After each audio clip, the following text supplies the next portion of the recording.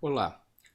Na última aula, nós executamos o chamado console do Python para testar se a instalação havia ocorrido com sucesso.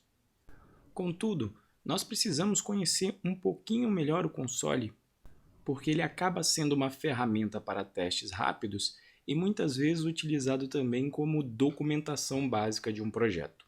Para iniciar o console, se você tiver no Windows, utilize o py-3 para executar a sua versão do Python 3.6. Se for nos sistemas Unix, você vai utilizar o comando Python 3 e ele entra no console.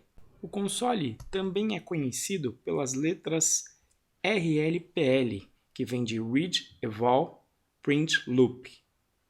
Ou seja, ele é um loop de leitura, avaliação e impressão do resultado. Isso quer dizer que você pode escrever comandos e o console já vai te dar uma resposta interativamente. Veja que se você digitar a expressão 1 mais 1, o Python vai avaliar essa linha. Toda vez que você tem esses 3 sinais de maior aqui, significa que o console está esperando que você digite uma expressão a ser avaliada, de forma que ele possa ler a expressão. Quando você aperta Enter, você está informando o console que a expressão foi finalizada.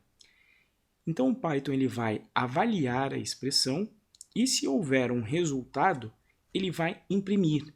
E veja que neste caso, o resultado não contém no seu início esses 3 sinais de maior aqui.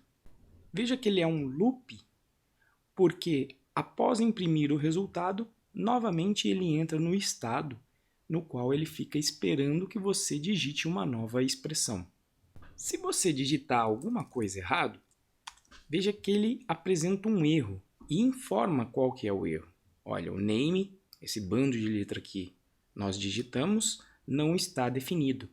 Uma coisa importante é você nunca se desesperar quando você vê um erro.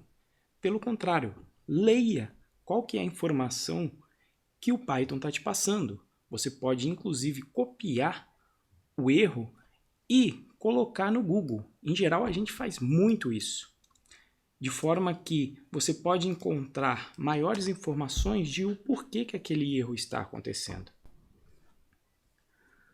Uma outra coisa importante, a gente ainda não estudou os comandos compostos, mas nós chegaremos lá, é que quando você coloca um comando composto que ele espera uma outra linha, né? Você não pode digitar a avaliação apenas de uma linha, como nesse caso do if, que sempre espera uma linha a mais. O console entra nesse estado onde ele coloca essas 3 pontos aqui. Significa que você iniciou um comando que vai continuar na outra linha. Se você não colocar nada, por exemplo, e apertar Enter, ele vai te dar um erro porque você não completou o comando. Agora, caso você complete o comando e digite Enter, veja que ele finaliza e entra novamente no estado de avaliação de expressões.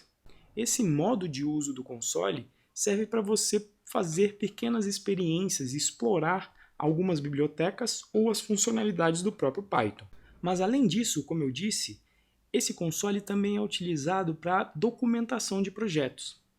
Veja aqui a biblioteca Requests, que é uma biblioteca muito conhecida para se fazer requisições HTTP na web. Veja que ele coloca como documentação justamente uma seção de console, onde ele está criando aqui um objeto R, perguntando qual que é o código de status e ele responde aqui no console iterativo.